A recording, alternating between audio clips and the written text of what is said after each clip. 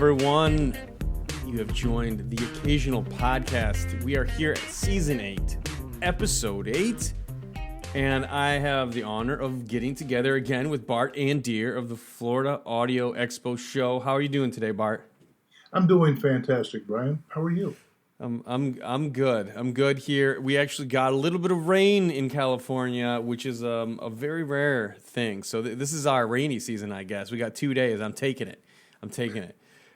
So I wanted to bring Bart back on the show because he is getting together again down in Florida with a bunch of audiophiles for the Florida Audio Show. And we went a couple years ago, and I had a delightful time. We actually got hit by a pretty crazy storm when we were down there. And another, obviously, crazy storm has hit again, but we'll get to that later.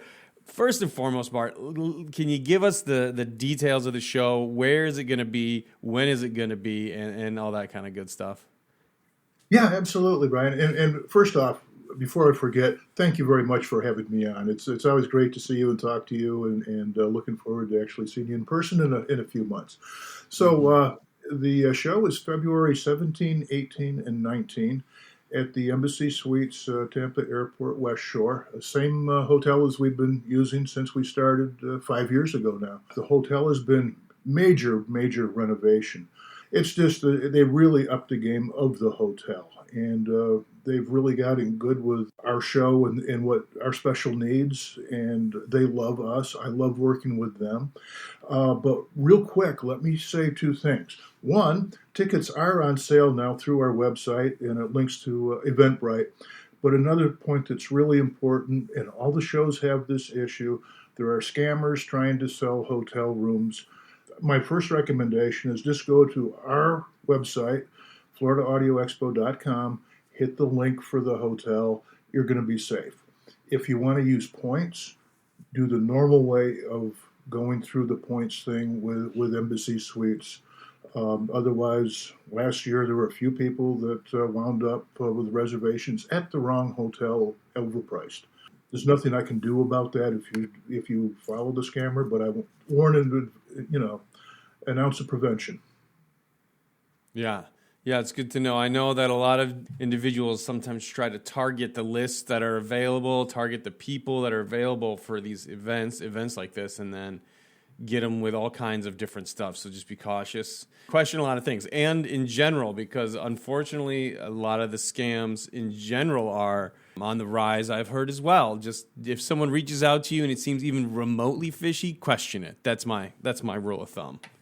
Yeah, and if you do, shoot me an email, because I will post it on social if there's a new scam. I've already had it post two on social of scams, and I'll be watching out for that. But again, if you know what you should do, and our link gives you the best price. So, if someone wants to follow you on social media, where's the best place for them to do that? On Facebook, we've got everything going there, Florida Audio Expo. If you just Google Florida Audio Expo, you're going to learn an awful lot. There's tons of reviews, of course. Our Facebook page is going to pop right up. We're going to be putting up some more YouTube videos as well. So, Florida Audio Show on Facebook. I'm assuming you have the links in the landing page somewhere too for social. Absolutely. Yeah, absolutely. You can find it there. Okay, so tell me a little bit more about your history with Audio, Bart, and how did we kind of get to this show down in Florida? Well, that's I ask myself that sometimes. Great question. I've been involved with high-end audio for probably 20 years. Joined the Audiophile Society here, which I've become president of kind of by default. I got really interested. I had some acoustic issues in my house, so I really got into the physics of it. At the time, I was still working as a marine consultant offshore. I'm a former ship captain. I saw the writing on the wall as far as offshore drilling coming to an end, and I wasn't ready to retire.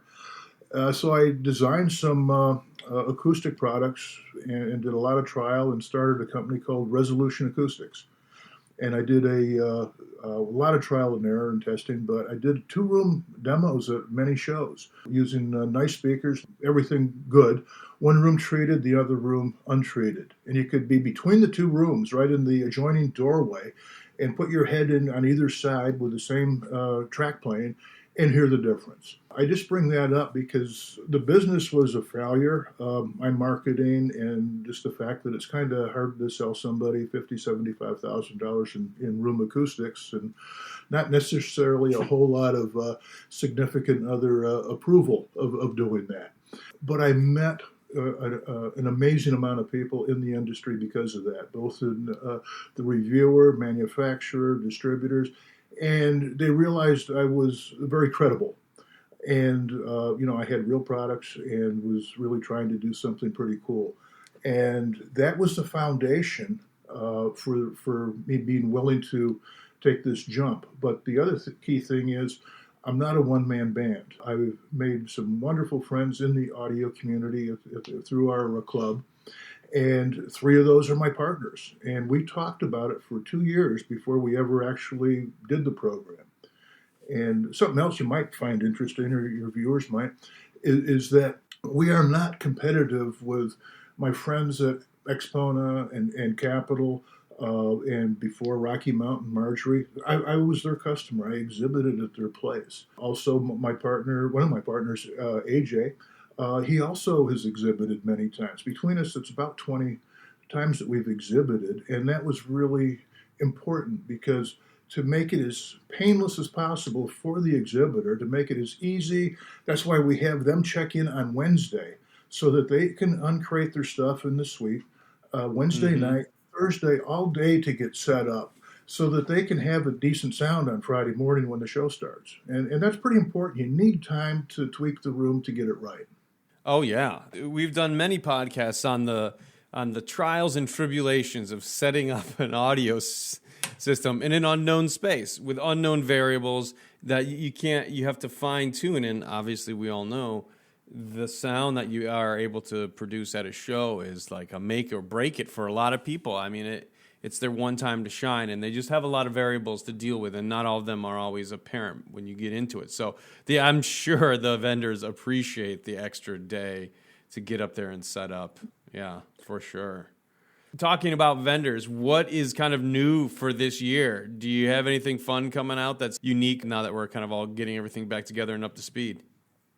Yeah, I do. Suncoast is bringing Claris audio speakers to the show, and I believe this is a U.S. debut. And they are a big panel speaker out of Switzerland. And I've heard the smaller one, but they're manufacturing and shipping a statement speaker.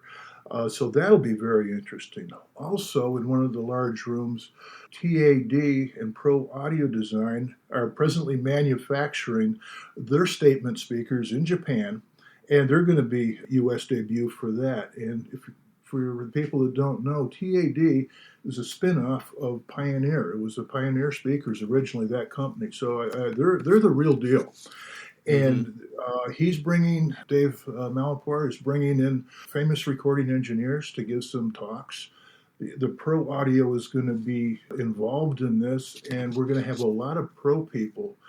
And that's going to be really interesting. And there's not enough of that, in my opinion, at the shows. Because these are the people that are mixing, mastering what we listen to. And so it's kind of fun to bring the whole community together in a little bit of a way.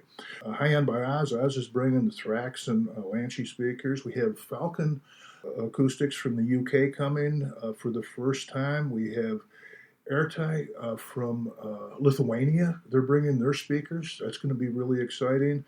Warwick makes some amazing headphones. They're out of the UK. They're coming for the first time.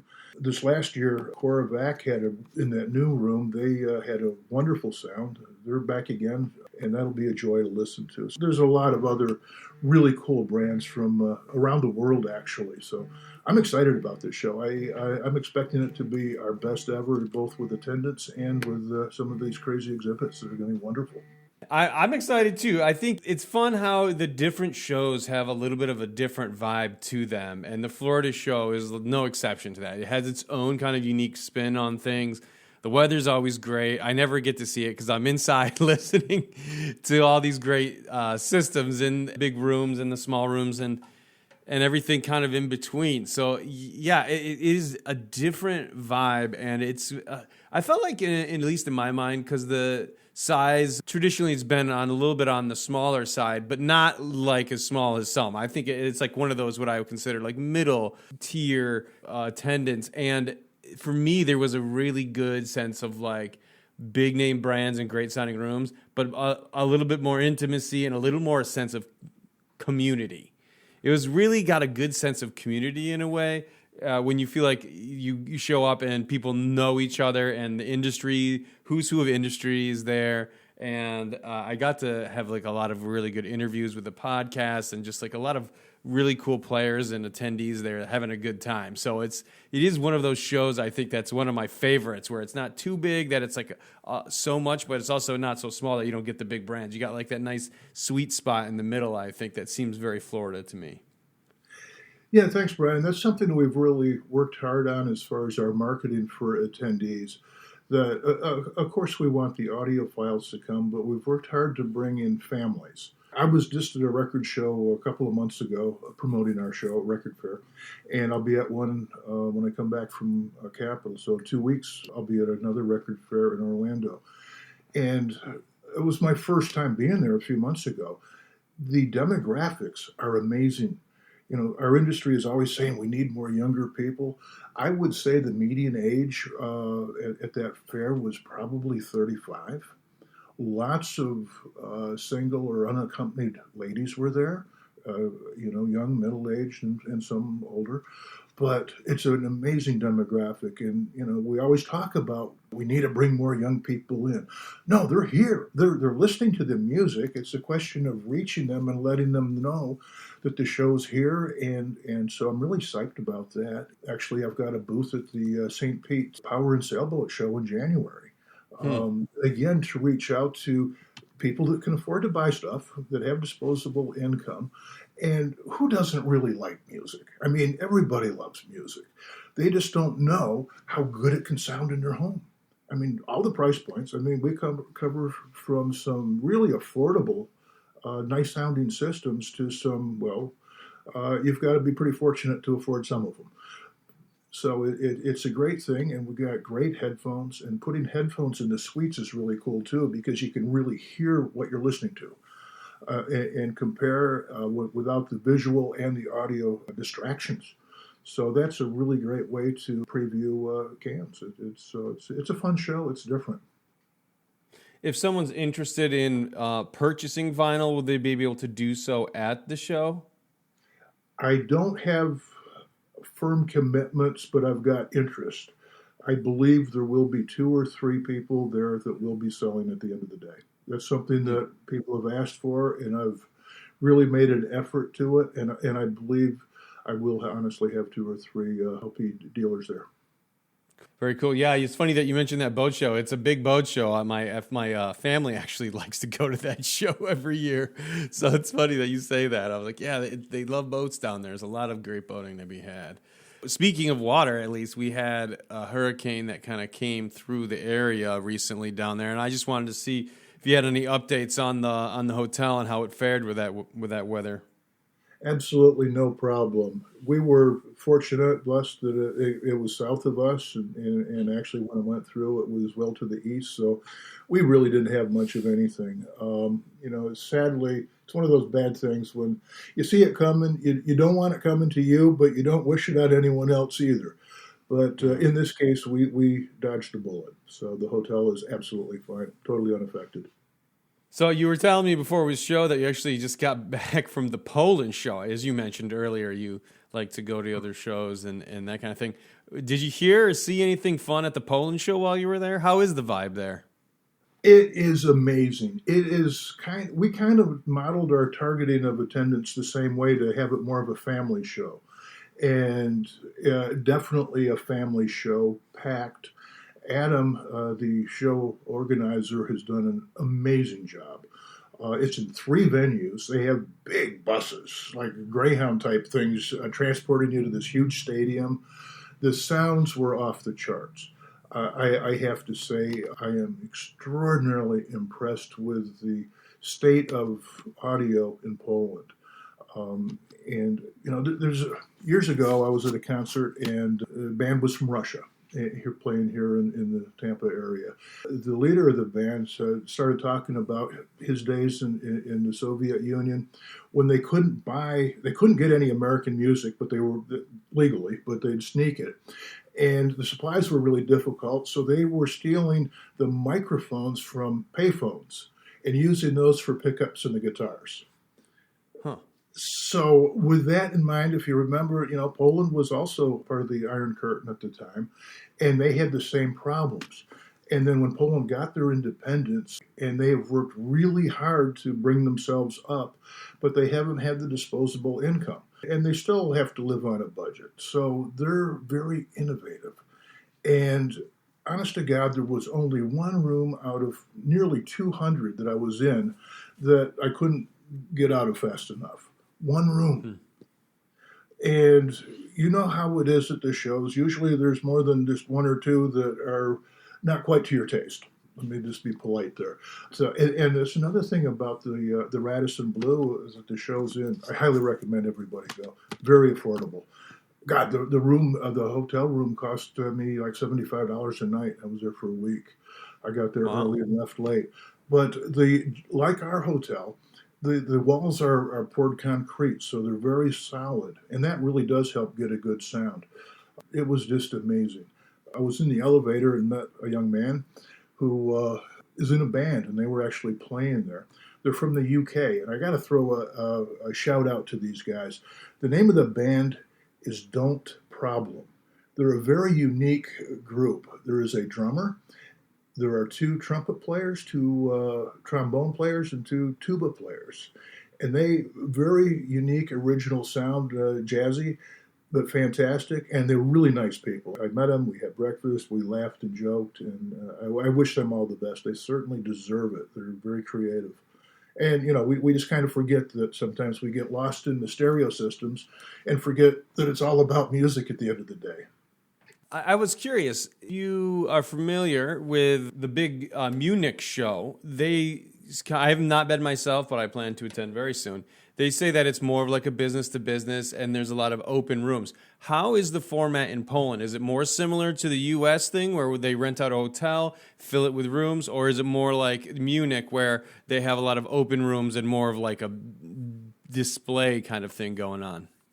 No, it's like a super Expona. The rooms they have, particularly in the stadium, they have lots of big rooms. But they have several big rooms in the Radisson and Kitty Corner across. They have the Tulip, and there's large rooms in there.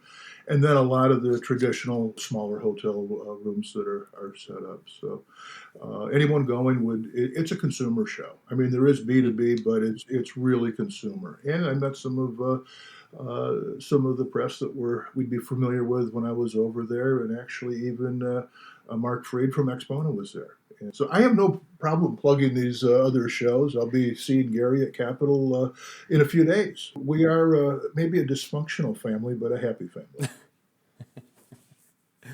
Yeah, I appreciate that. How people view or perceive competition, I think, is unique to each individual, and I always appreciate someone who kind of feels that the rising tide lifts all boats. So I think that's pretty cool. Bart, anything else you kind of want to add at the end here? Life experience, a funny joke, your favorite story? Oh, well, okay. I'll give you one that I just was in Poland, and it was with the band that I mentioned. I met with the one guy in the elevator as we were going down to breakfast, and I let him go ahead of me, and we headed to the coffee machine. And he hit too many buttons too fast and caused a flood, and I was helping him. And he was the last of the band members to arrive. They were laughing at him. And I was holding one of the cups to catch some of the spilling coffee. I said, "Would you be the drummer by chance?" And so after that, he introduced me to all the band members, and we had a good laugh and everything. And he's there, this guy asked me if I was a drummer. But just, doing too many things too fast. And so anyway, it's good to meet strangers and get them to laugh. That's just part of the music lovers thing. We're all into this passion that is really non-competitive. different bands. Everyone wants to succeed, obviously, but it's the thing, we're not crawling over each other to do it. And that comes through so clearly. And at our show, the hotel, every year the staff comes to me during the show and after saying, we just love your group. The exhibitors and the attendees, everybody is so nice, everybody's smiling and happy.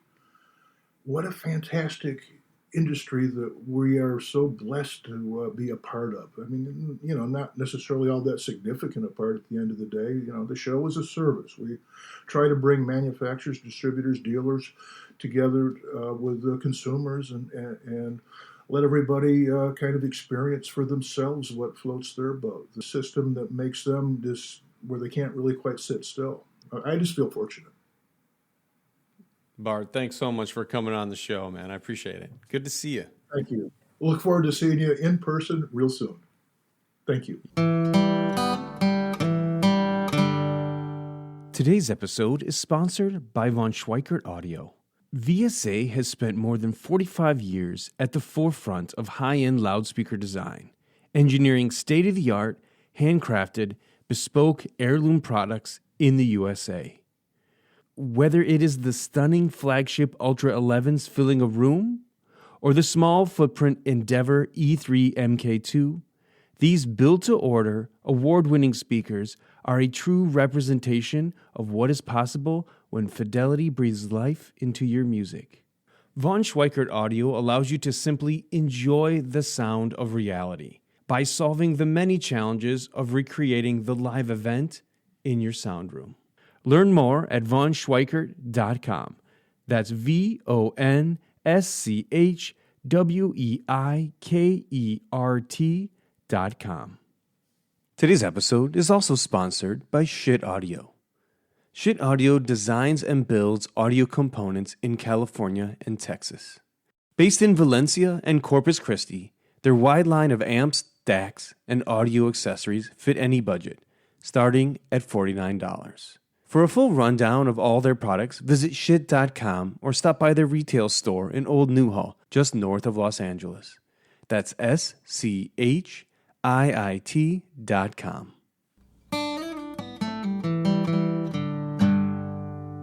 Hello, everyone. You have reached the Occasional Podcast, and today's guest is one of my favorites because, believe it or not, he was the very first guest that we had on this show. Sean Casey of Zoo Audio. How are you today, my friend? I'm good. How are you, Brian? Appreciate it.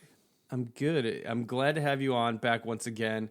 Sean has been in the industry and I'll always say this till the day I die, from the beginning, always one of the most fun rooms to go into at any audio show.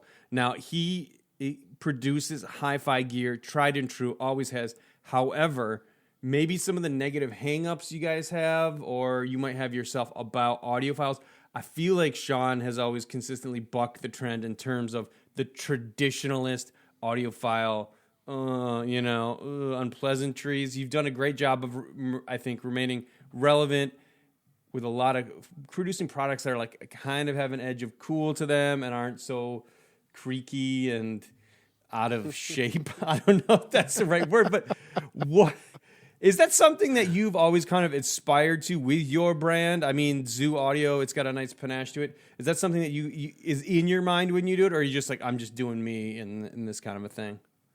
That's a complicated question, I think. I haven't given this a lot of thought. Sure, the brand reflects what's in my head a lot. The cool is probably by accident. I don't aspire for cool. The sound is very purposeful, and the looks are somewhat purposeful. So form does follow the function. However, if there's leeways, I do like things to look a certain way as well. And with that, like, I think things that look good usually are driven are underpinned by how they sound. Even in architecture, things that are good architecture usually sound good because I think it's one of the subtle things in our makeup, in our evolution, where how things sound are critical to survival and are reflected in the aesthetic that we consider. Considering some of the aesthetics for the speakers and the cabinet that you made a few years back in the middle, do you find yourself drawn to like mid-century modern aesthetics, or is that just something that I'm like projecting into kind of your looks at times?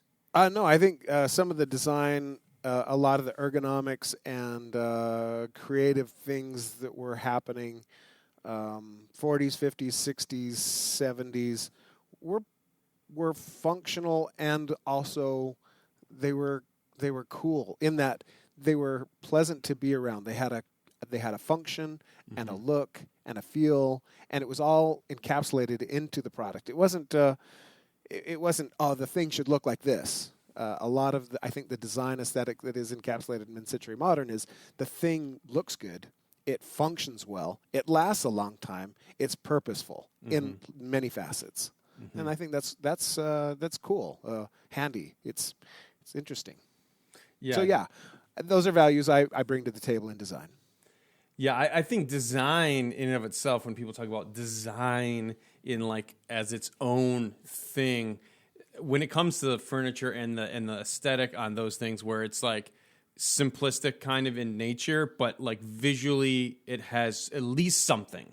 It's just not another silver or square, in our case, a silver or square box. There's like something about the way it looks, and hopefully that form follows function, right? And then you get something out of it auditory. I just like the idea of putting a little more effort into everything. And if you are latched on to something that has a really great aesthetic or a function to it from a certain time period, I say all for it. But I like it, and I think a lot of guys do. I think the Eames Lounger is absolutely like one of the key audiophile chairs that you see out there. If not just for the fact that it's expensive, but it also has a good function to it. It's a pretty comfortable chair, and it's like if it's not placed in between two speakers in a basement with, the Dark Side of the Moon playing in at least 500 homes across the U.S., I don't know what to say.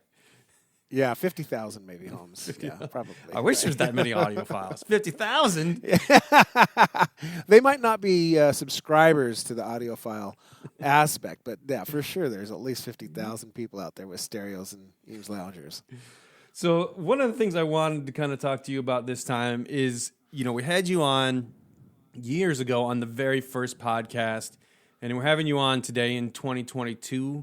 We're getting, geared up for the holiday season. A lot of products are coming out, and a lot of things have changed. We've had the pandemic.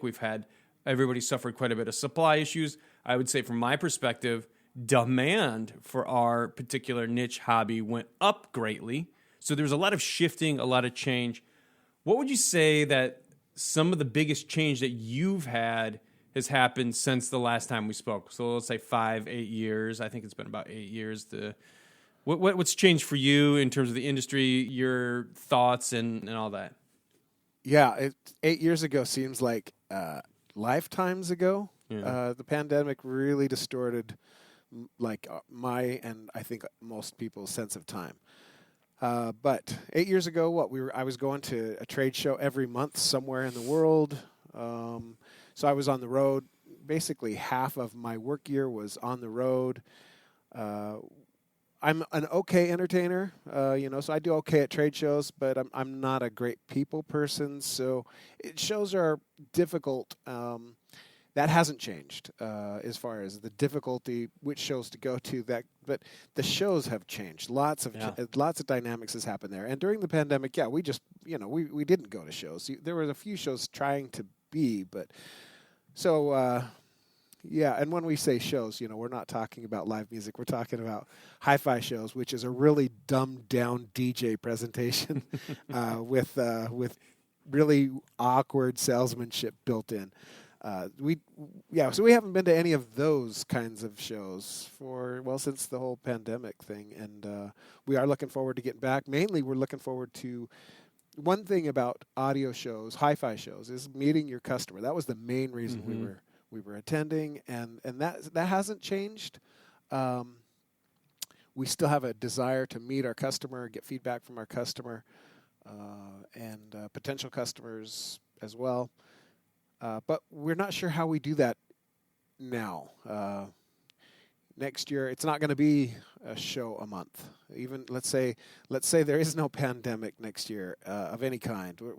We're not sure what to do, how to interact with our customer. We're a few things we're considering is a thing called Zoo and You, where we periodically throw up a video, and we do have podcast versions. Sometimes it might be live, maybe on Facebook or something, or we just field customers' questions, and we try to interact with our customers directly in some kind of a medium in which it isn't a hotel room. Maybe it's a virtual space, something like this. We're not sure. It's changed. We're not sure we know it's changed. That's all we know. The NAMM show, the Pro Audio show out in California, that's one we may participate in. That's a venue that we can fit fairly well, and we know what's going on with it. Don't get placed anywhere near the drum room at NAMM. It's a bad. Oh, it's a wonderful scene, but a bad sound.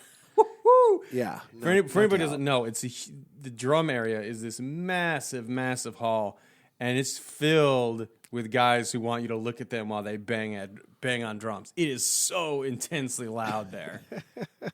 But yeah, NAMM in LA, and they had one in New York, I think maybe once. It's like production wise, but a lot of the brands do show up, and it is a very different and a very interesting crowd there. If you want to people watch, it's highly opportunistic. Yeah, and it's not that they expect you to DJ hi-fi music for them and give them weird reasons to buy your stuff. That's not what that show's about. That show's a more traditional trade show. You've got, you're there to meet people, to build relationships, to talk about tech, and the bullshit factor. Sure, it exists, but it's less in the pro scene than in the hi-fi scene by magnitudes. So, I mean, it's still there for sure. The more boutique-y, the more bullshit. But yeah. Anyway, so we're not sure we know. It's all changed for us as far as how we interface with our customers. We don't know exactly what that's going to look like. We're going to do more of this kind of stuff, and we're going to see how that goes. Yeah, it's crazy just to think about the rise and fall of audio shows in the past 7 years. It has been such a giant sea change from one thing to the next. And for a lot, the shows are the same, but they are uniquely different in a lot of ways, especially by, who and how they get run. But, they were the mainstays for years, all of a sudden are gone now. And there are new shows that have peaked up that are also great. And then we have a couple that have showed up and disappeared within a single year. I think there's even one that kind of has been fighting out there, but it's not very big. And yeah, it's just a very interesting landscape in a way that I wouldn't expect from trade shows. To me, I with CES and the other big trade shows, they seem like rock solid. Like this is the trade show for this specific genre, and we own it, and we're there every year and whatever. But, life changes, things changes, landscape changes. Tell me a little bit about how the Zoo product line is changing, because as you guys know, one of my very first hi-fi speakers was the Zoo Omen, and you still do Zoo Omen in the form of your DW, the Dirty Weekend version. You have these sales every once in a while. Can you just give me the kind of current status of the Omen and what's going on with that? Your entry-level speaker for the most part, would you say? Yeah, entry-level floor-standing speaker has been generally known as Omen, and then we had a variation of the Omen called the Omen Dirty Weekend, which was a huge hit, mainly because it was a crazy amount of performance for the money. It was a way in which we could recycle trade-ins and old drivers into a product. It allowed us to sell a speaker that could be afforded by most working people, but wasn't compromised in its sound or its build out. And so we figured out ways in which we can sustain that with new materials. And our line was also, from a marketing perspective, I appreciate the praise on the looks and the sound, but our marketing has been not so great over the couple of decades we've been doing this. And so we had a lot of confusion. So we had a lot of overlapping lines because I don't think there's one right way a loudspeaker should be. There's things that a speaker should do, but we all hear a little different. We all have different aesthetics, and speakers do different things. And so, my love of variety and I listen to all kinds of music, as most of us actually do. A loudspeaker for every flavor kind of had creeped into the line. So we've managed to reel that in a little bit. So we have the Dirty Weekend 6, which is our entry-level floor-standing speaker, which is still offering, I think, an insane amount of quality and performance and longevity for the price. And we hope that we can just keep that in production all the time. So it's something that's always available. We don't have to throttle it too much with sales or availability. We can maybe do that with, if it's selling faster than we can make it. Hopefully, we're finally in a position where we can accelerate our production capacities, as opposed to throttle the sales demand. But we'll see how that goes. That's a big change actually for us. We've always been manufacturing centric, and we were never in a position. So manufacturing is an expensive proposition. If you want to make the stuff yourself, so we make, we do the cable in-house, we do cable assemblies in-house, we do drivers in-house, we do finish in-house, we do raw finish work in-house. 80% of the cost of the product is literally in our house, in the zoo space. And in Ogden. So that infrastructure is expensive. Training of employees is expensive. But yeah, we've worked through a lot of that. We know how to shuffle and work with our capital to look forward as well as plan for it. And we think we have products that are able to scale as we can scale them, as opposed to before. Yeah, we could. Growth was tricky with manufacturing. Anybody who manufactures stuff knows growth and manufacturing is a really crazy roller coaster, and we're finding ways we can moderate that roller coaster. The peaks and valleys, we can average those down to meaningful scales, manageable scales, as opposed to just insane ones.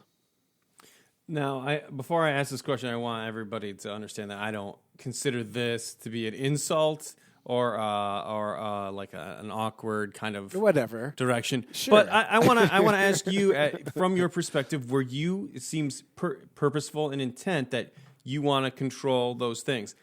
Have you considered outsourcing some of that labor abroad to increase your margins?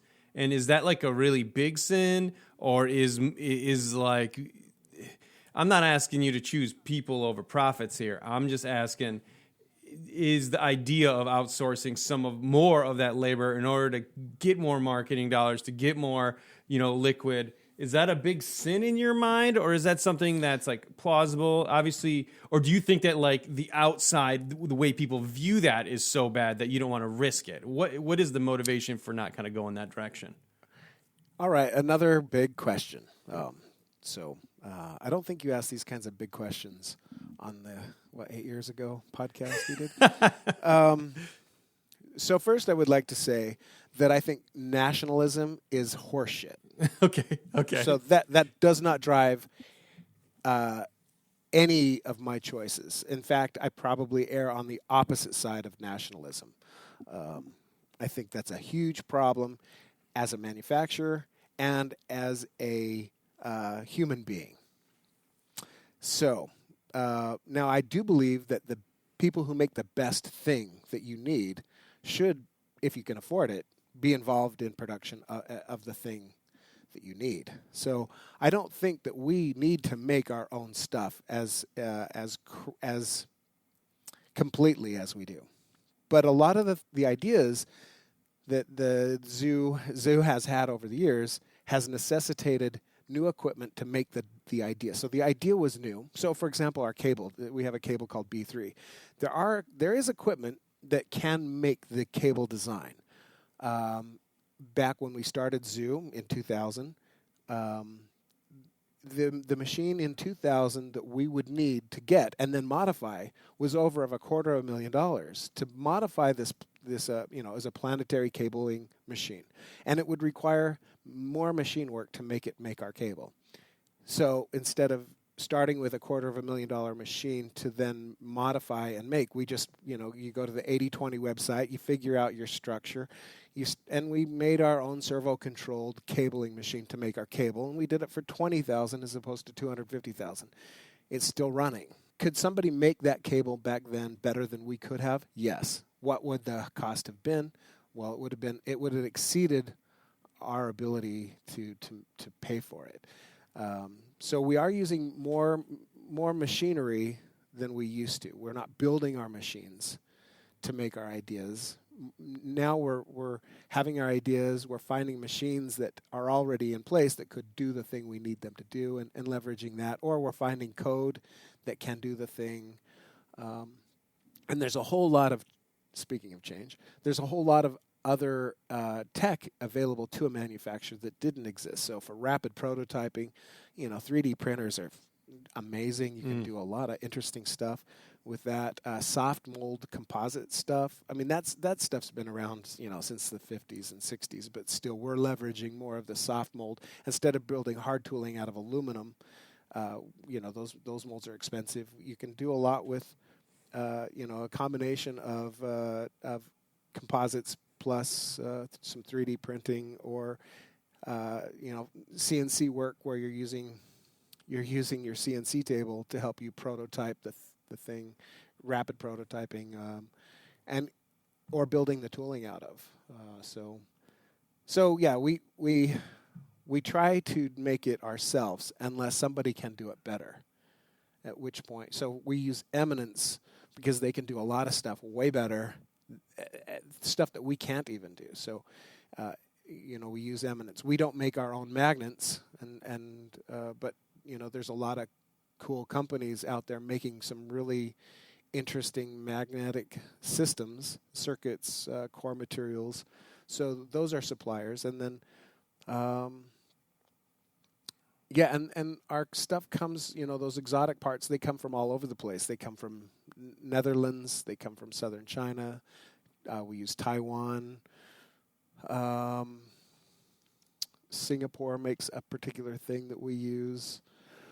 Wire and cable typically comes from North and Central America, so most of the, metals that we use are mined and refined on this continent because it's the cheapest and the highest quality, but if somebody was making something better somewhere else, we're not opposed to going out and finding it and using them. Doolan capacitors, they're fantastic.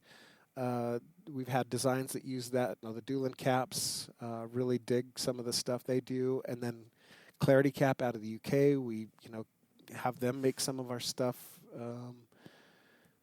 And then there's a lot of cool stuff coming out of Mexico too. So there's a lot of good manufacturing. It's all global. That's another thing that really has changed for sure. Maybe 30 years ago it was less global. It's totally global now.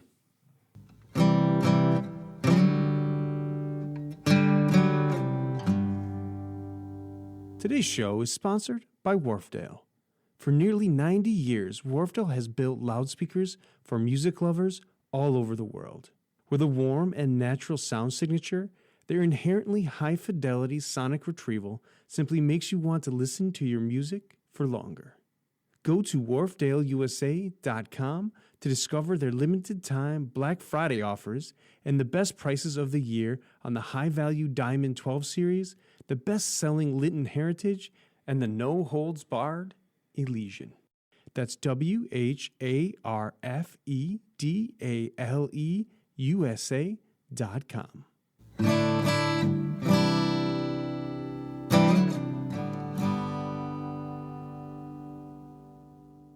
You kind of mentioned a little bit that quality control is a large concern from your perspective in design and maintaining. Yeah, we're obsessive about that. Yeah, efficient revenue streams. Yeah. Do you think that QC is better or worse than it was 10 years ago, or is it Are people proving that they're more reliable on the other side of things, or do you see like these fly-by-night kind of companies come up who stink and then go away, or has it solidified some in your mind? I can't really say on the fly-by-night stuff too much. We haven't been working with any fly-by-night companies. My experience is almost zero with fly-by-night companies. Typically, I mean, if all things being equal, I go with reputation, and reputations are generally earned. So, but QC is quality control is an assurance system for the manufacturer and for the end user as well, and that's all built into how a product is produced from the beginning. Those are so like our QC checkpoints are all part of process, and they're built within the system itself. So the system is engineered from a position of quality assurance. This streamlines almost everything.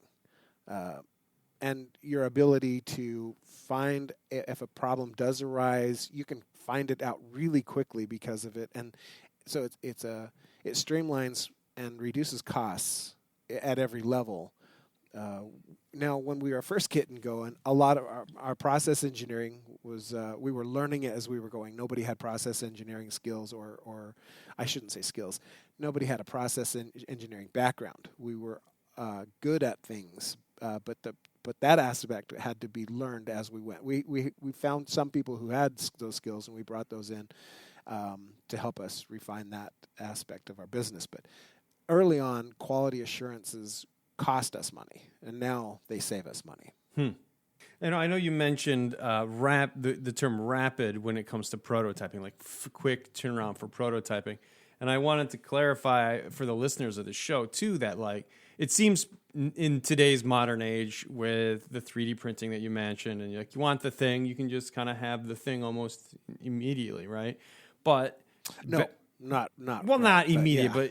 but fairly quick. No, right? but so if you ever stood over a 3D of printer and watched it print, you're kind of like, this could be faster. Yeah, for sure, right. But not only that, so 3D printing doesn't produce,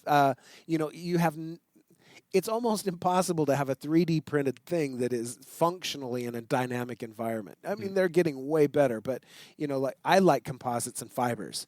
Those things don't really, fibers don't exist in the 3D world. It's it's more of a plastics environment. Right. So the dynamic behavior of a membrane, that's something you can't really 3D print. Yeah. But yes, it helps you along. It's a tool in your toolbox. Prototyping can take a really long time, right? And if there's a lot of changes to it, that process of just getting the thing the way you want to see it in a prototyping phase I've heard stories of just like if it was a China, it goes back and forth and back and forth and back and forth, and each stage takes whatever. It can get very expensive, right? You guys work, and a lot of manufacturing works on the economies of scale. And when you're only making a single prototype, that economy of scale is working hardcore against you.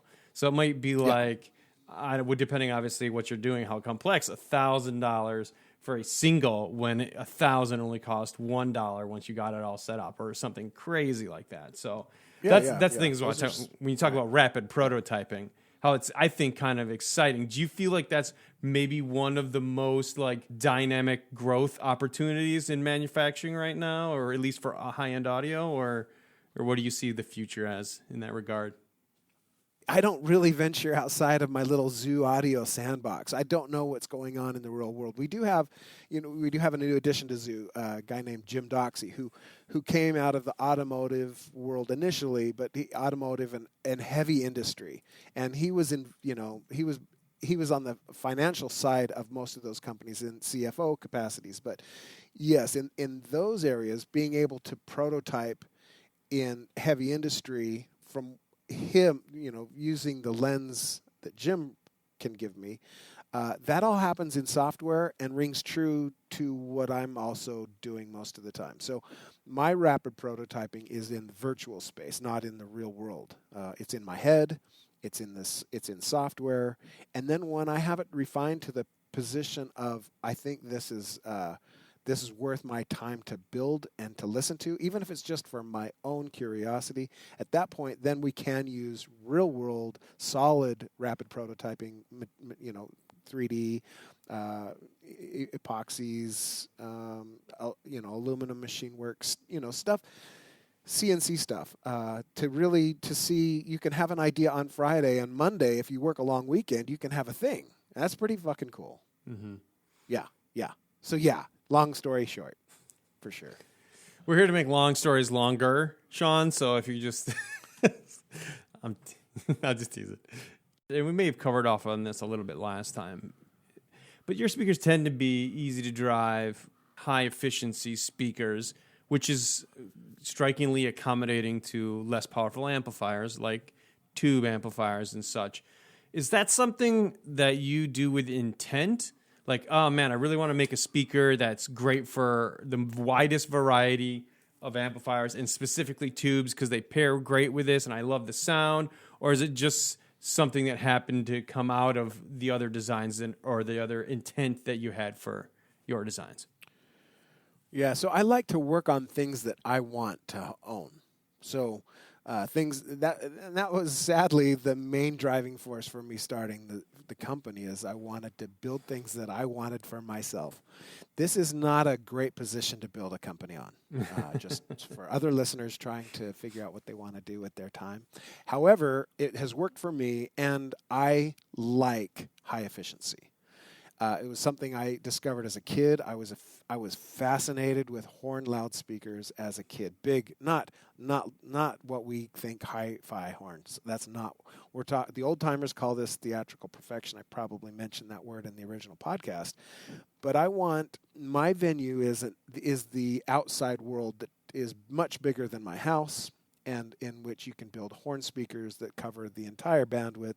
And I love that sound. So I think efficiency imparts designing from a position of efficient transfer of electrical to acoustic power yields things about quality of sound that is exciting, real, easier to connect to. It's more fun, puts a smile on my face. So I design high efficiency not because I like tubes. However, single-ended triodes do a thing that I have not been able to find anywhere else that I dig. So it's like, yeah, well, I can get that sound too. So I can have that sound, and then also I like a big high efficiency system with big high power is also really fun. Puts a huge smile on my face, and the entertainer side of me really digs that. Being able to throw huge sound is with other people, not just you curled up in your basement with your cat and a martini listening to old music, which is fun, but enjoying with a lot of people dancing and moving around is pretty damn fun. So yeah, you get high efficiency lets you do a lot of different things and explore a lot of different sounds and matchups with sounds. That you aren't able to get usually using speakers that require different solutions and a lot more work. If you're using low efficiency speakers, and I would maybe even argue that some of the sounds you can't even achieve with low efficiency speakers. So I just kind of avoid low efficiency. I like that. I like that idea a lot. Now, to give you guys some context from my perspective, as a reviewer of loudspeakers, I've had on multiple occasions people say, here's the speaker, what amp do you have? That's a normal conversation. I understand that question.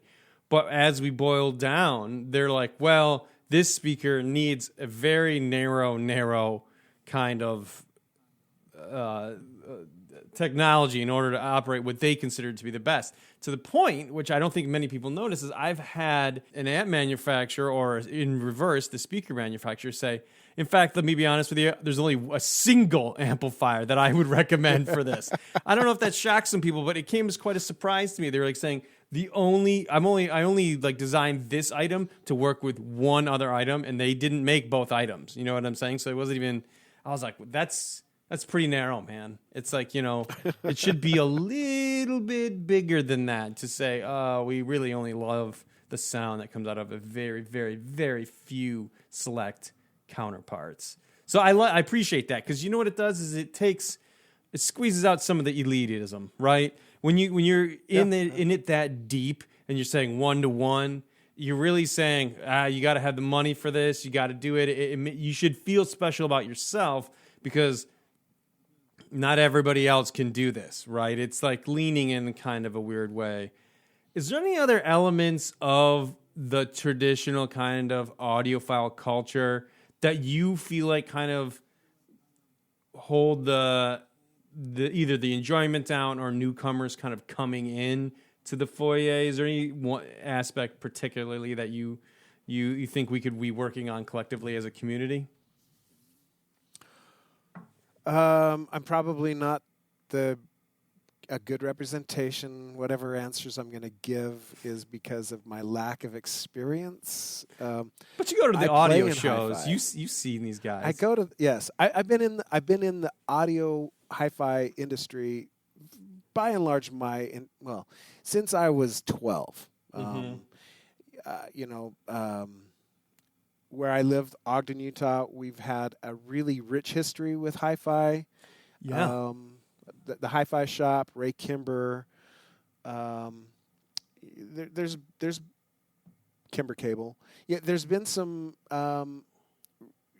good culture for hi-fi.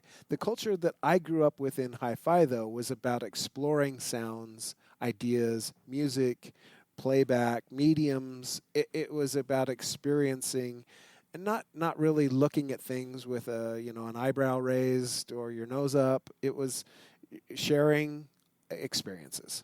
And the same guy that could be really good at hi-fi could also be really good at pro audio and throwing parties or DJing or hooking up sound for their local guitar, band. And so we were a pretty diverse group. And from that angle, I think we're doing everything right. But does that still exist? It does for me in my head because that was what I grew up on. But when I go to trade shows, I get super frustrated when my next door neighbor in the same stupid hotel room space is playing the same 5 cuts. I mean, not 5 albums, just 5 songs over and over, because those are the 5 songs that he knows will sound good, or they on their rig. And I think that's totally ridiculously stupid. Yeah, so that's a big hang up for a lot of people. And I understand their perspective too. They want their rig to sound the best they possibly can, and they're afraid of someone coming in and it having not sound good and it not being their fault, right? I understand the perspective, but there is the other side. That's just low ego strength, man. It's just bullshit. It's bullshit. It's so bad that there's no analogies to how bad that is. It's just terrible. They're hurting people's ability to get involved in appreciation of playback, music, and sounds. That's what it is. It's they're destroying the thing they think they love. That's the thing to me, is you're destroying the thing you love. And that is there are other parts of that can be applied to other parts of the hobby too, where at times it actually makes me wonder, you come into this because you want to enhance your experience while listening to music. But over time, is it possible just to think about this? And it's a very personal experience, I understand. But is the end result the opposite of that? The thing you love starts to destroy the thing you love, because now every time you listen to a stereo, you're looking for the negative. Instead of enjoying the positive, you sit there and go, the bass is going right. The treble could be better. It could be more focused. The thing that you love, the music, is now there's something in the way of it, as opposed to something that enhances it and brings you closer. Sure, that happens, and lots of expressions. Cobbler's kids have no shoes. That can go both. That can be interpreted a lot of different ways. But one of the ways is that, if the cobbler really did love making shoes, you'd think he'd make shoes for the kids he loved or the people he loved most, right? So now what we fall in love with also, it doesn't necessarily have to be music. It doesn't have to be sounds. It doesn't have to be the tech. A lot of us have a weird relationship with all those factors and more. That maybe the personalities behind the music as well, or their childhood experiences. And so playback and hi-fi means a lot of different things to most people. But yes, those that didn't get enough good music or think that all the good music happened in the 70s. The same people that may think that are usually the ones that can't ever not put their judgment hat on when they're listening to music. So people that have kept music or tone as a driving force or as a foundation on which they build, I think have a lot easier. My experience is that those that have an easier time turning off the areas that are offensive, whether it be playback or mic selection or recording choices or mixes, or generally just not even allowing those the small details to interfere with their appreciation of the art that is. And that art can be even a single tone. I think if we're not careful as we age, we become rigid, and it doesn't matter whether we're hi-fi people or not. The trick is to not be rigid, to not judge, to be open and to be learning and not being critical and judgmental. So, if you want to ban shit, you're not going to ever enjoy hi-fi. So, to me, a lot of good music was made, like you said, at a certain time period. What is it? I didn't say that. No, that's not. That's not what I said. Okay. I said some people think that. Okay. But what I implied was there has always been great music made, and more great music has been made this hour than the previous hour. You think? Okay, So, that's great. So you're telling me? Yeah. Let me ask you this. 'Cause I'm not going to say what you said. I'll just ask you the question, right?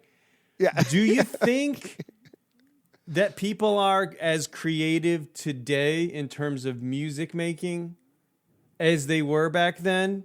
Or has More. you don't think And that it's the simple. music industry as a machine is like, or part of the way I think about it is at least like a lot of stuff's already been done. There was a time in music where everything was fresh and new, and I don't know if we've perfectly crested on that hill yet, or if we're on the downside. So, because like if No, for sure, we're never going to crest that hill. I don't Really? think we'll ever get there. Yeah, ever, not ever get there. I love a lot of music, and I love a lot of music that was made before I was born. I was born 1970. You mentioned the word creative. That doesn't necessarily mean it's good music, right? And how you appreciate it is different than how I might appreciate whatever it is that was being made or performed or played or whatever. But yes, a lot of people in the 60s were creative. A lot more people were creative in the 70s, and a lot more creative in the 80s and 90s and to today. There's more people today. We're pushing 8 billion people. And in the 70s, there was 4 billion people. I mean, I can remember as a kid watching Isaac Asimov say, "Oh yeah, 4 billion people. We're designing our own obsolescence." Without science being able to contribute to our food production, for sure, we were definitely on that track. But so here we are, 8 billion, and people are creative, and people standing on other people's creations make them more creative. So when do we crest that hill? I don't know. And then if AI really does happen at some point, which for sure it's going to happen at some point, who knows when, I'm not saying anything about that, then what does the creative element look like? I think it's exponentially infinite. It's not ever going to crest, unless we destroy ourselves. So then it crests. Yeah. But as long as we continue... Skynet, you better be great at making songs, but don't destroy us at the same time. Right. So I think I think there's so much music. Here's my perspective. And I came to this maybe about 20 years ago. 20 years ago, there was so much music being made that unless you devoted your entire 8-hour workday to keeping up with the music that was being created in, say, 2000, you couldn't do it. Today, there's even more music being made because it's easier and it sounds as good or better than it ever in the history of mankind. Since Faraday. What I'm getting at is there's no way anybody can be an expert in music anymore. So in the sciences, the polymath ceased to exist maybe 100 years ago. The music critic that knew everything about music, I think they ceased to exist in maybe 1985. I don't know. I'm just throwing out a random number. For sure, now it's so diverse and esoteric that when you say no music has been made since X year, you're just showing when you gave up. That's all. That's when you gave up. Man, I really like that idea. Not the idea that creativity is gone because of repetition, but rather that the repetition itself enhances the creativity. You had mentioned like standing on the shoulders, because one could argue, well, everything's in the box now, right? All the YouTube creators, all the musicians out there that have a platform in a way, or the idea of viral being able to get them there somehow if it's good enough. Now, we all know that's probably not true due to algorithms, but the idea at least is there, right? Okay. The box enables anyone with a creative mind to make a song. However, it also makes all the songs kind of sound the same because they're using the same sounds, the same interfaces. It's not as creative from a tonality perspective, but I like what you're saying. It's like the box, yes, the tones might be the same, but it unleashes a generation of creativity on top of the creativity of having the access, right? As opposed to who knows might be left in the wind if the opportunity wasn't there. Yeah, but certainly there's a lot of crap out there, don't you think? There's always been, but I think less than 1% of everything that's ever been made is good. Okay, and that continues. I'm not saying of anything that was made, but most music that is made is not great. It's forgettable or worse. But the stuff that is great to me, I would say, is less than 1% of the stuff that I'm exposed to, and I'm exposed to some great stuff. I think at Zoo, our burn-in rig is on 24/7, and I'm at Zoo most of the time, and our burn-in rig basically permeates our industrial park with music.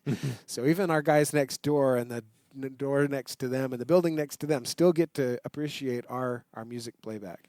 But we've got guys like James Reed and Harvey Day that do spend hours a day searching out new sounds and new artists and playing it on the system. So even though it's already curated by people that I think have great taste, I still think most of it's forgettable that they play me.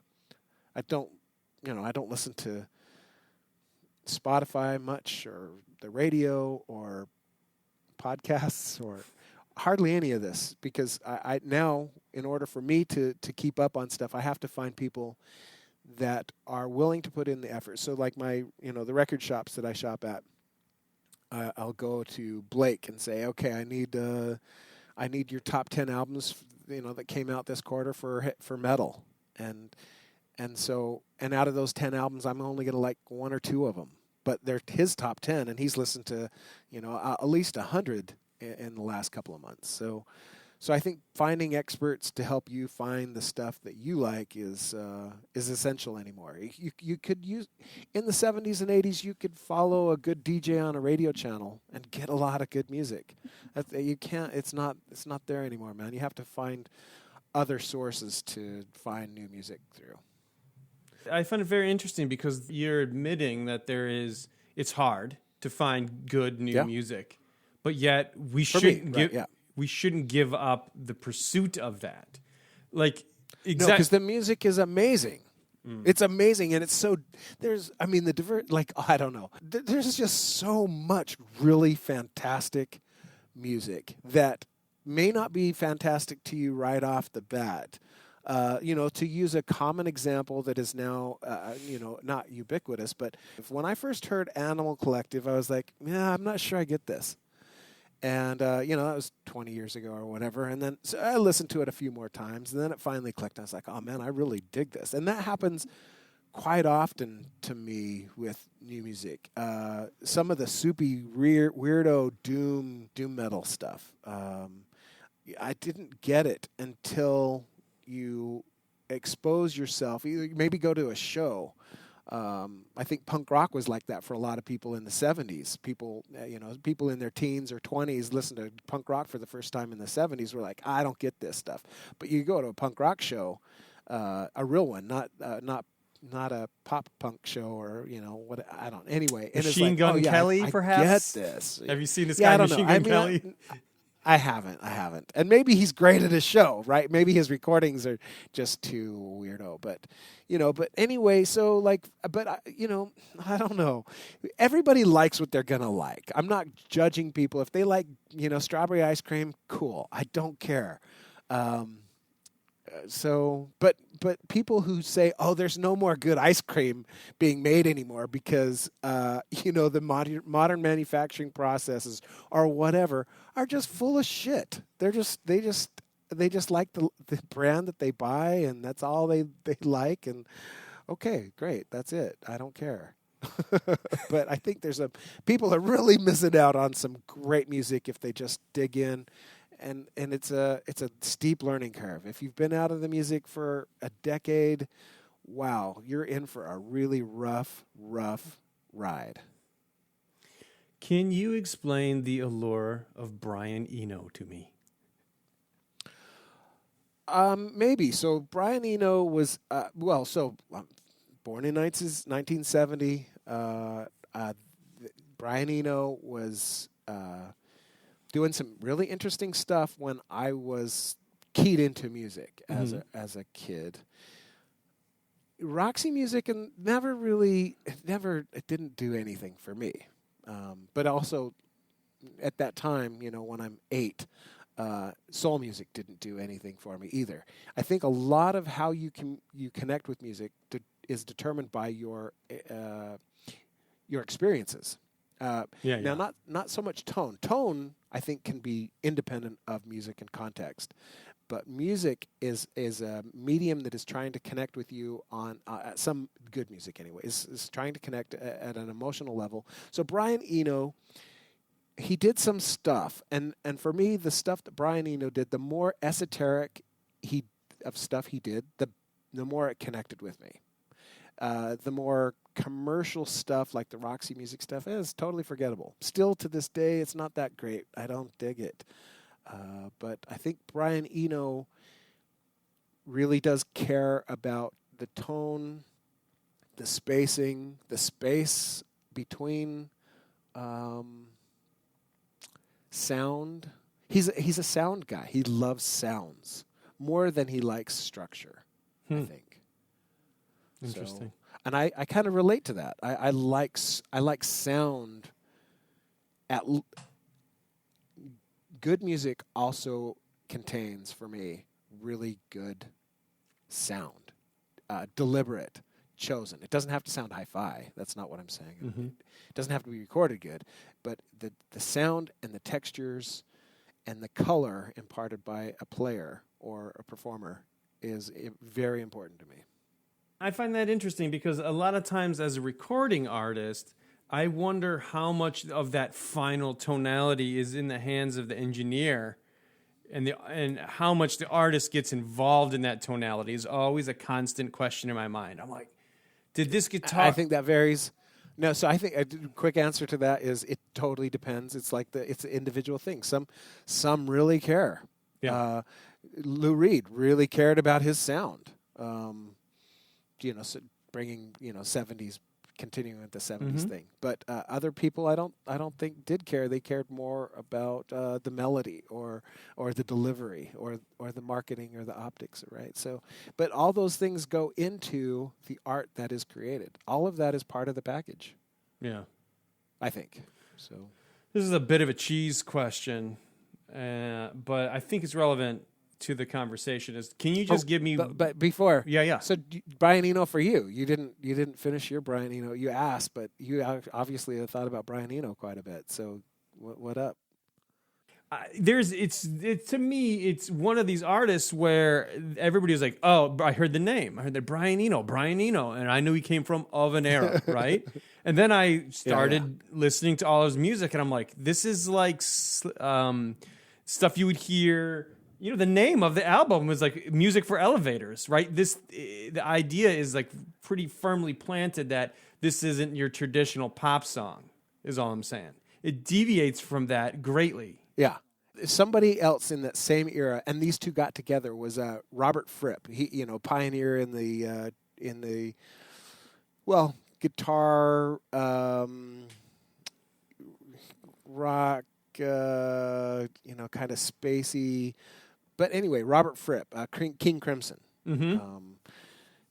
So those two got together and did some really interesting stuff. So you might check what Fripp and Eno did. They did some cool shit. Well, I know without having I hope you guys don't hold this against me, but I am vastly familiar with the album cover of King Crimson with the man with his mouth open wide. Seen that art, but I have never heard that album just yet. I probably should do it right after I edit this podcast down so I can speak to it, but I've never heard that one. Or was there a number one song off of that was popular on radio? So that's an album. It's a concept album. I would listen to the whole thing. I mean, you can listen to individual cuts. It doesn't make as much sense that way, and it doesn't make much sense your first time through unless you were alive and listening to it for the first time with everyone else, in my opinion. I missed that window by a few years, so it came to me later, when I was, the album had been out for 5 years or so before I had heard it, but it was still alive in the consciousness, and so my buddy's older brothers could give me context in which to listen to it through, and it's a really good, Fripp, King Crimson has evolved, and every album is a little is radically different. Lots of different guitar players over the years. You need to listen to the album on good headphones or a really big hi-fi system and loud enough. Doesn't have to be crazy loud, but it needs to be somewhat realistically loud for it to make some sense. But I don't know. I think it's a beautiful album. Most of what Fripp has done, I think, is.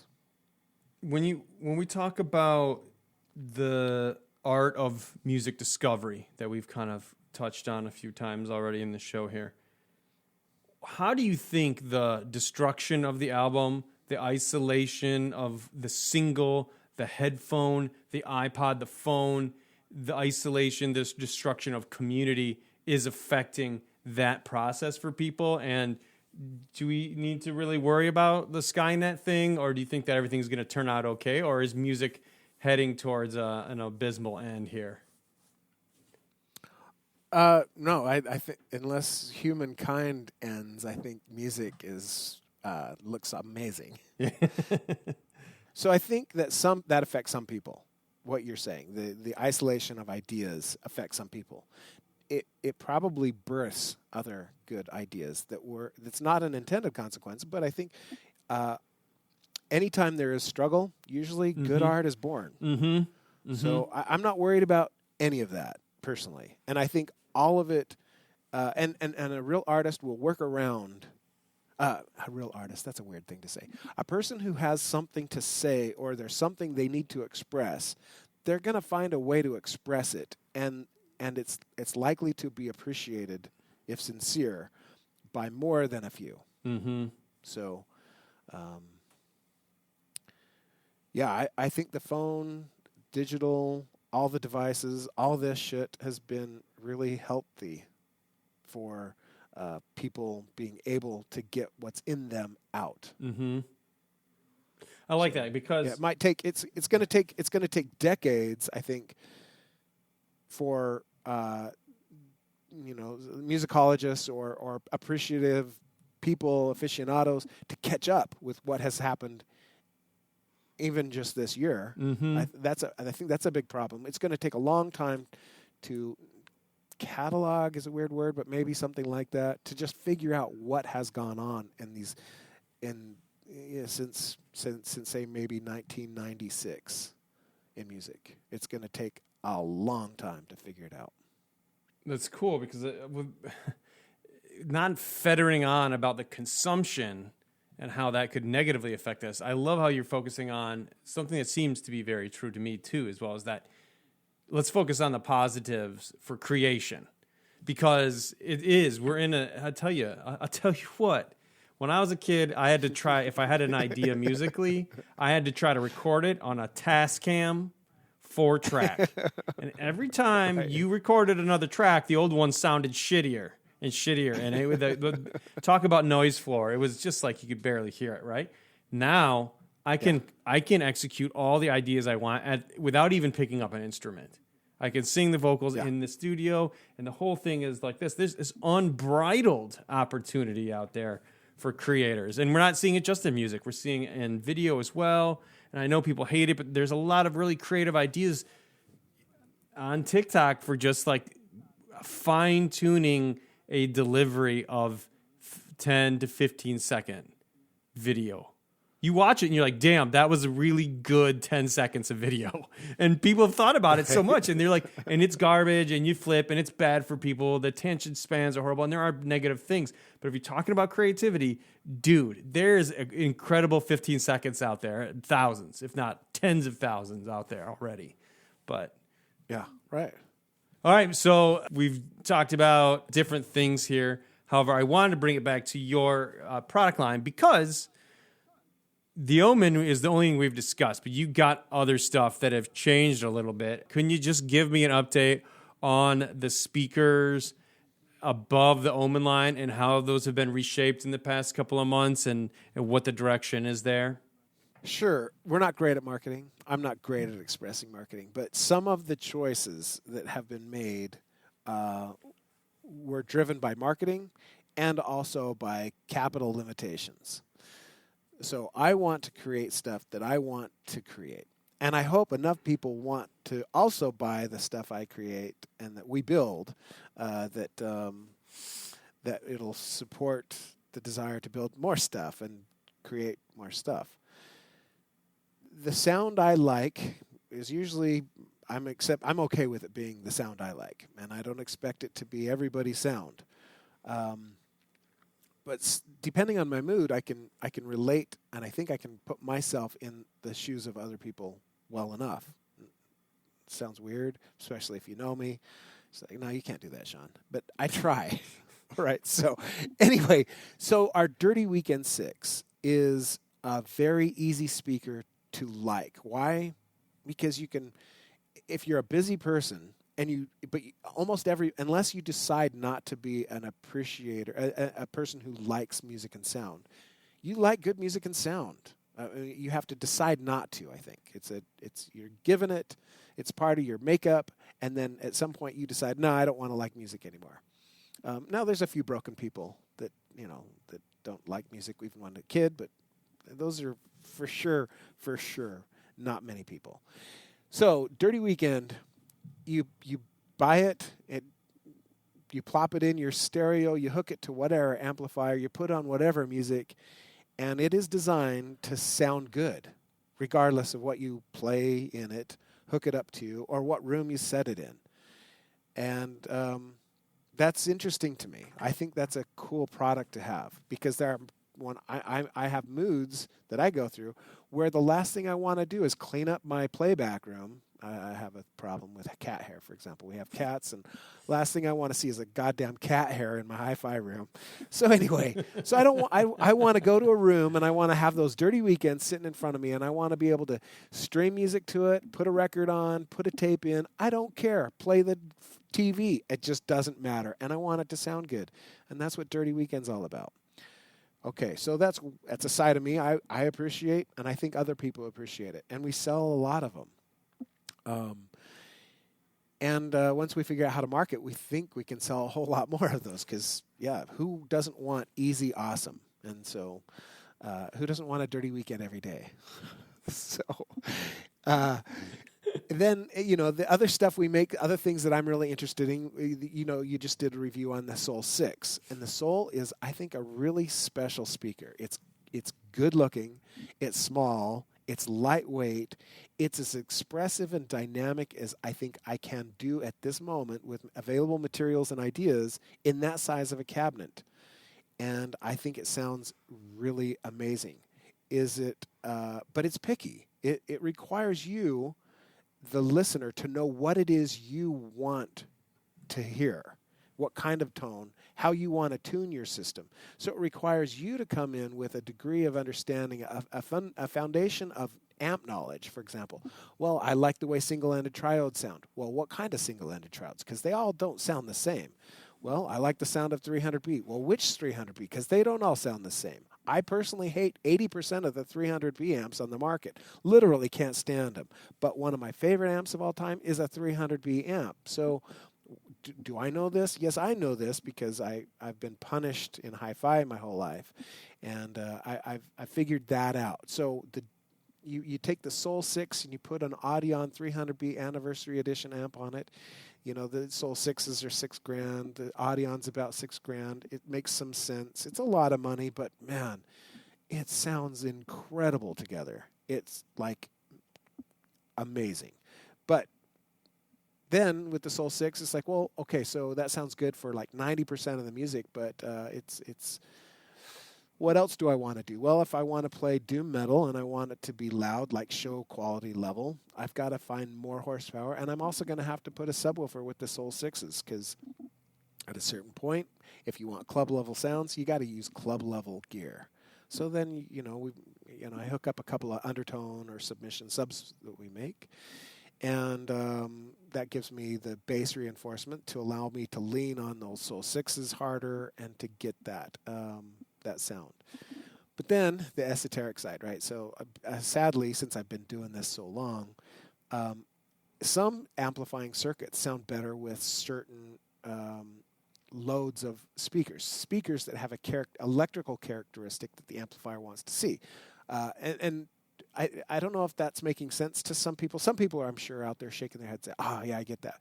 But if you give Nilsson Pass a directive to build a speaker, you're going to get, and Nilsson Pass is an amp designer mainly, but very versed in all things physics. So he's going to design a loudspeaker that's going to make his amplifiers that he's currently working on happy, and they're going to be different than because his sound objectives are different.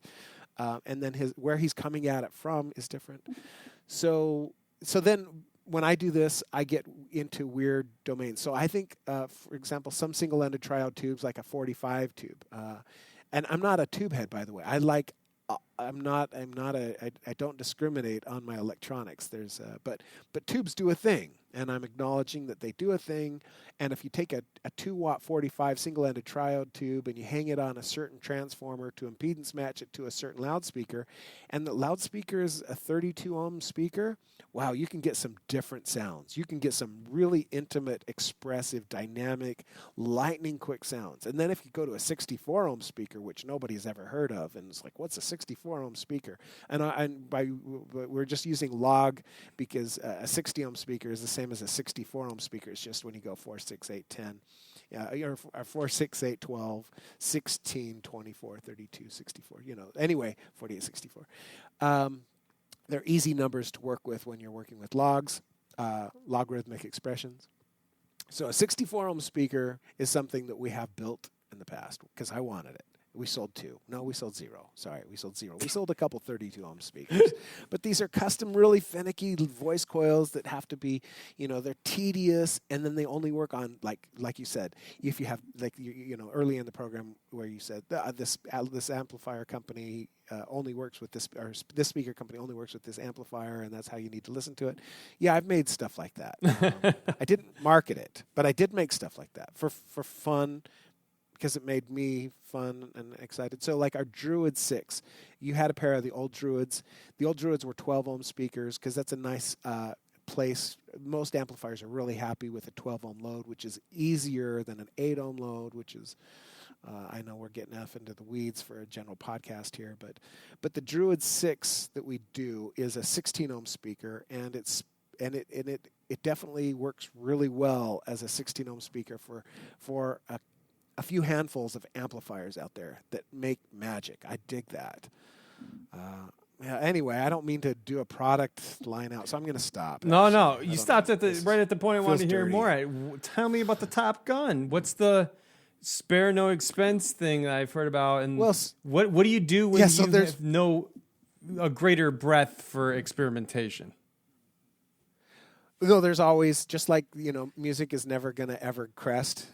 Experimentation is the same, never going to crest. But but what's been on my mind for the last 10 years is a thing that I've been calling dominance, and we've marketed a few dominance products. We've only built a handful of these dominance products.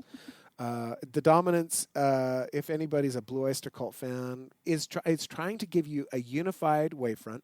It's trying to give you, in that the speaker sounds very much like if it were a point source. There is no such thing as a true point source loudspeaker. I mean, people say this is a point source loudspeaker, but really it's something just trying to be. And there's a lot of ways you can try to be a point source loudspeaker. The easiest way is put all the moving elements in the same axis, but the dominance doesn't do it that way. The dominance recreates a lens to give you a point source kind of presentation.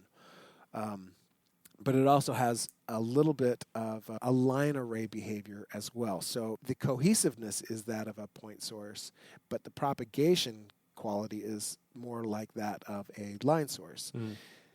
And so the dominance has been in that vein for the last decade, or let's see, actually 14 years now. 2008 was when we first built the first dominance array.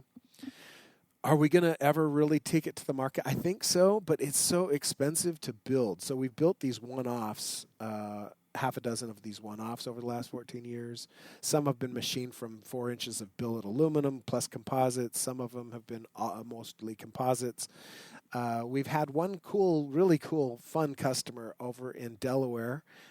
His first name's Jerry, and he's been the owner of 2 of them. And he's given me a lot of feedback, and it's been really cool that he's had these. And he's not a physics guy by education, but has become an audio engineer, and so he can do a lot of fun stuff, give me fun feedback. I really enjoy that Jerry uses our stuff and on this dominance. And Garrett Core out at the zoo. Anybody who's talked with Zoo in the last 20 years has probably talked with Garrett. Garrett has a pair of the dominants in his room, and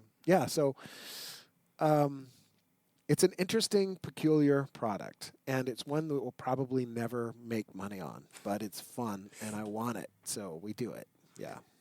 If you try to buy one, Brian, I'll decline. I'll say, sorry, we're not doing it for you. Listen, I actually saw a rare thing. I'd wonder if you could comment on.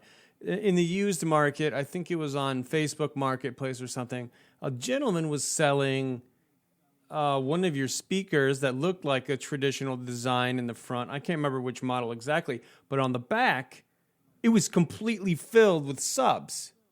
What was that? Yeah, so that's probably the first version of, we have a speaker called Definition, and it also is it behaves kind of like a point source and somewhat a little bit like a line source as well, and that was the original design for the Definition. The 4 subs on the back were 410s, and they ran below their resonant frequency. So it was an interesting. There's been a few companies over the years do this. The most famous has probably been the pro audio company Bag End, who I don't know if you know Bag End, but they did some pro audio subs that ran below. They took a high resonance membrane, a high resonance, say 15 or 18, and then they ran it below the resonance, so they didn't have to fight the resonant characteristics of the driver. So we did something very similar to that. So those subwoofers were not subwoofers; those were high resonant bass guitar 10s.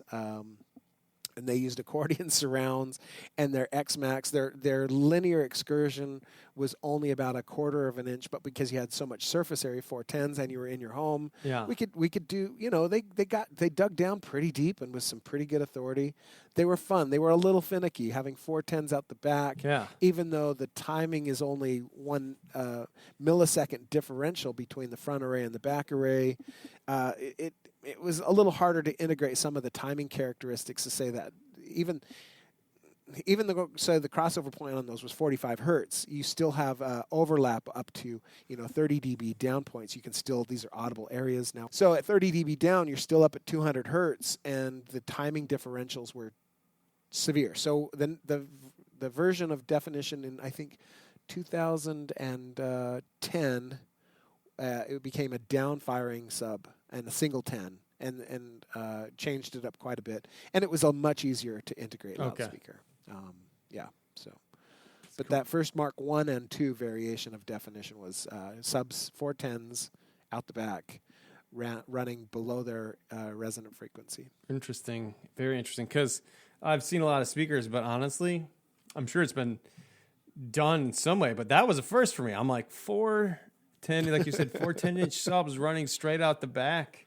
It's like as much surface area as you could possibly get on that model for running something like that. So it totally was. That was the intent. We wanted maximum surface area. So that was the original. The idea was to find drivers that had large surface area, low excursion, so that we didn't have to account for surround shit. And it worked. It actually worked pretty well. It was a little finicky though. It was not as fun as the next variation, the next generation of definition with the downfiring 10, which was more traditional. Is there a speaker prototype out there that's even crazier than the idea of 10 or 4 10-inch subs out there that you've made? Or is that probably the craziest concoction of Sean Casey's mental designs? No, not even close, right? Yeah. So when you're unhinged, it's easy to create crazy. No, so one of the variations of the dominance that we did that exists in Jerry's house in Delaware is kind of loopy. I mean, it couldn't really be a production product, but it has. So everything is bifurcated on the XY axis to make it behave as a point source, but it also designs as a line array in a big, wide middle band of this bandwidth. It uses 410s as well as 2 12s, and those 2 12s run basically to 30 hertz and below, and then the 410s run from 30 hertz-ish, huge overlaps, to about 50 or 60 hertz. And then 310s that function more in the line array aspect run from 60 hertz on up to 12K. And then those are coaxial. And then the tweeters that are nested inside those 10s run up to about 30K. How's it bifurcated on the XY axis?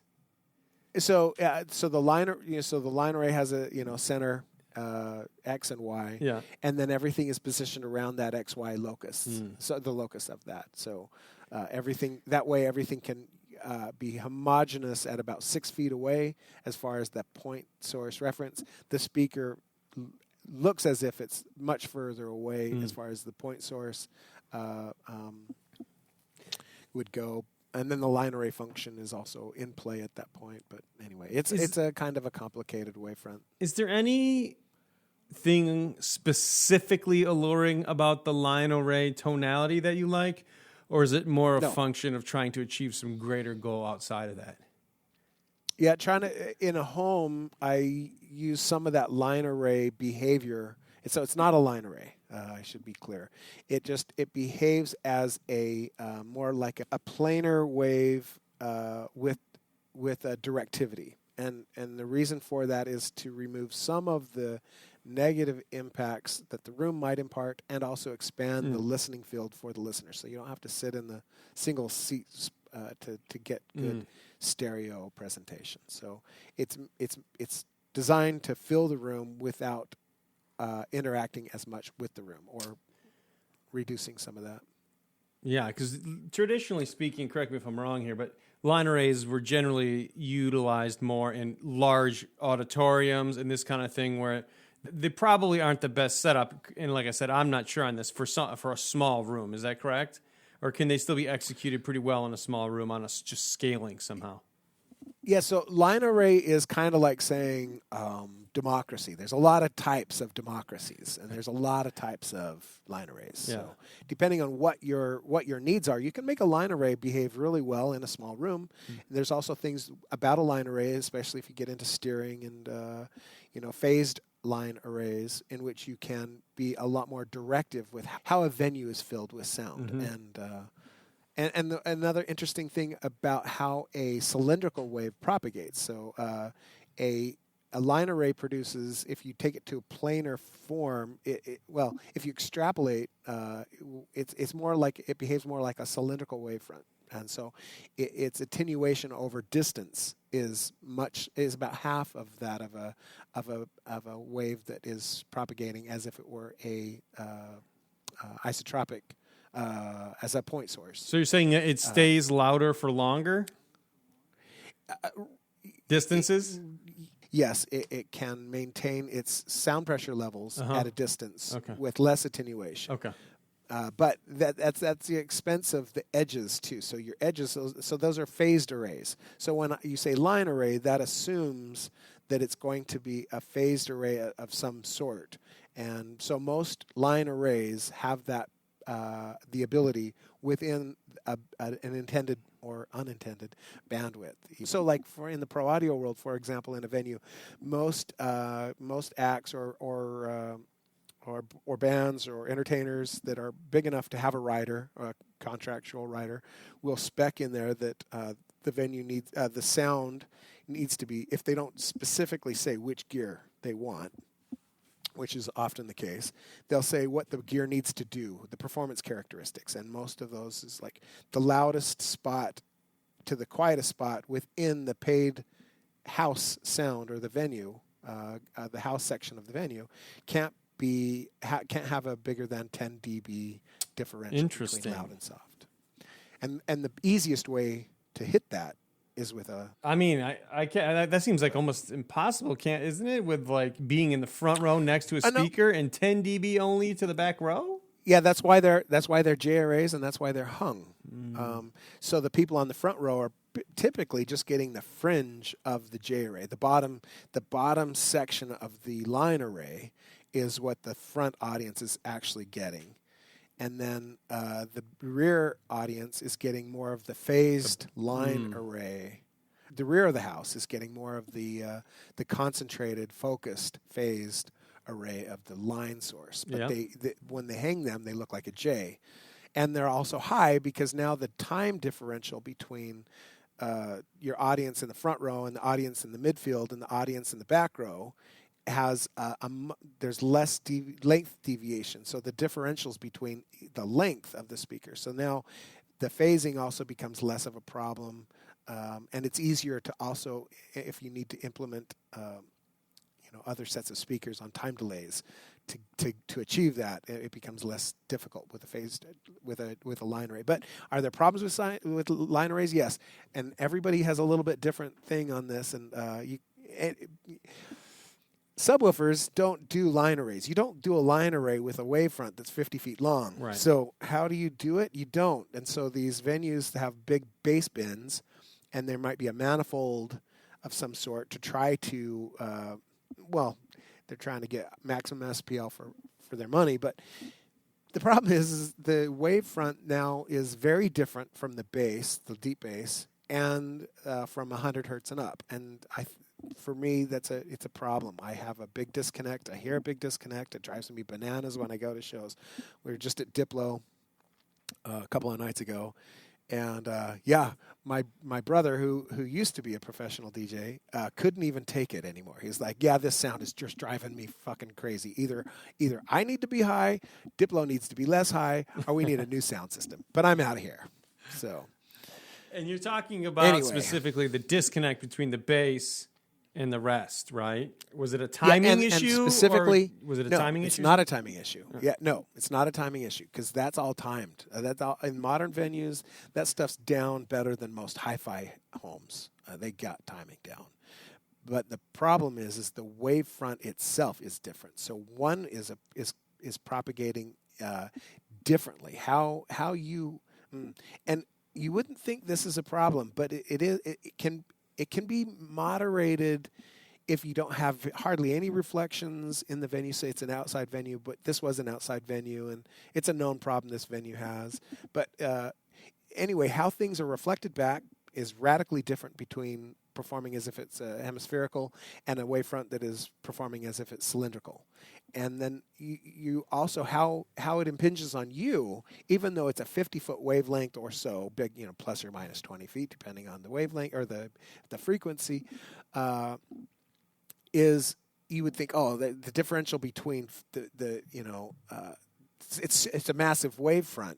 There's no way our brain and our two ears are going to be able to decipher a few degrees differential. But I think some people can. And and this leads to another thing. So I don't get out much, as I mentioned. I play in my own sandbox pretty exclusively.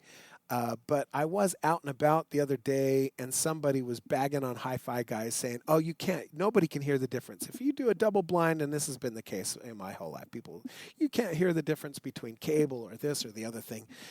Some people are sensitive to some things, and some people aren't. So, like, what you like is what you like. Some amplifier technologies drive me crazy. I can hear hysteresis distortion easier than most. And statistically, if you look at the field of psychoacoustics, hysteresis distortion within amplifiers isn't audible by the majority of people. Most people cannot hear that type of distortion until it exceeds a certain threshold, at which point it hits that tipping point for that person, and that person now can hear that hysteresis distortion. But below that threshold, they're not sensitive to it. So the things I'm sensitive to might not be the same things you're sensitive to. So when we go to the venue and we're watching a show, so what's driving me crazy might be easy for you not to be driven crazy by, and you might have the ability also to turn it off. So a lot of times, unlike my brother, I can turn off things that are offensive to my sensibilities. And he wasn't able to that night. He had to split. He's like, I'm totally out. Can I hear? Do I have golden ears? No. Does he have golden ears? No. Does anybody have golden ears? No. It's all relative to what you're talking about, what you're listening to. And a lot of it's contextual too. So, but can people hear different things than other people? Yeah, duh. So, Sean, thank you so much for your time today, brother. Yeah, I appreciate it. Man. My pleasure. Thank you. Yeah.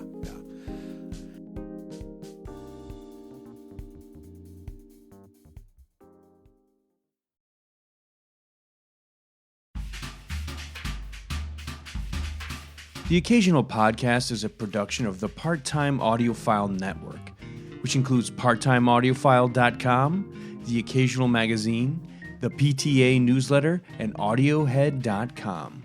You can stay in touch with us on Twitter, Facebook, Instagram, and YouTube.